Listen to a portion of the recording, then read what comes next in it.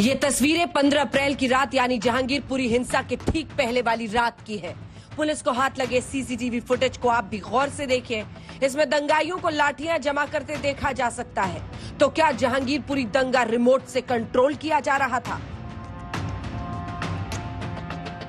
Violence उसी वक्त होता है, कम्युनल वायलेंस, जब सरकार चाहती है।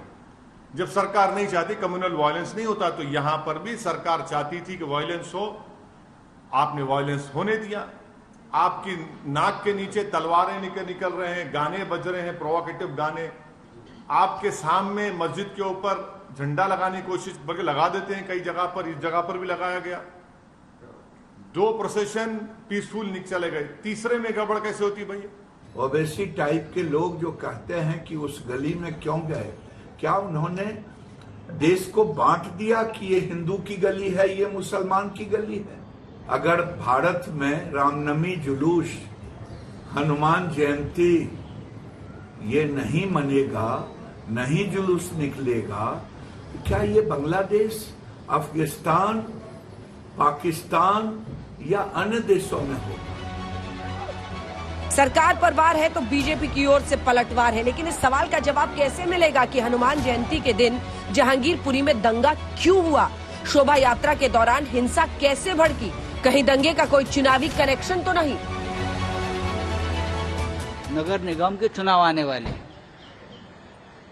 नगर निगम के चुनाव आपने पहले आगे कर दिए। जो डेट थी, जो तय था, शेड्यूल था, वो शेड्यूल को आपने भंग करके आगे के लिए बना दिया है और अब दंगे कर दिए। ये सब जो कुछ चल रहा है, ये नगर निगम चुनाव जीतने के लिए आपके पास कोई इशू नहीं है। हर 6 महीने में ये जो नफरत के नासूर लोग हैं, ये हेट की हैट्रिक बनाने में और नफरत की नोबाल करने में लगे रहते हैं।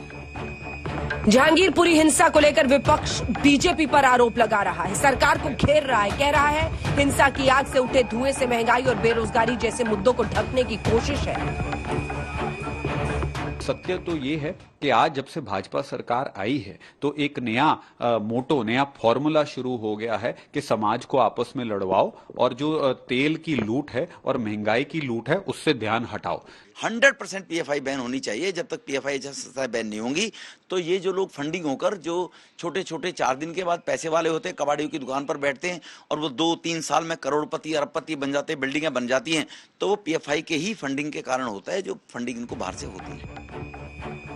फुल स्पीड में दौड़ती सियासी रेल के बीच जहांगीरपुरी हिंसा की जांच भी पूरी रफ्तार में है। फोरेंसिक टीम गुनाह के सबूत इकट्ठा कर रही है तो पुलिस गुनहगारों और साजिश करने वालों की कड़ियां जोड़ रही है।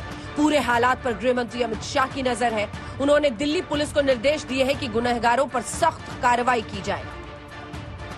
जितने लोग रिवॉल्वर या कुछ उस तरह की चीजें लेकर सामने दिखे हैं, उन सब की गिरफ्तारियां हो गई हैं। 2-3 और बचे हुए जिस पर हम काम कर रहे हैं।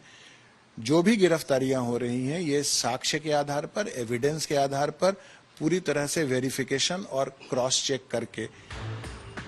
जैसे जैसे पुलिस की जांच आगे बढ़ रही है, हिंसा से जुड़े नए नए वीडियो भी सामने आ रहे हैं और आरोपियों को लेकर खुलासे भी हो रहे हैं। उधर जहांगीरपुरी में हालात काबू में है, लेकिन पुलिस किसी भी तरह का कोई रिस्क नहीं लेना चाहती, लिहाजा सुरक्षा के तमाम इंतजाम हैं। आज तक ब्यूरो।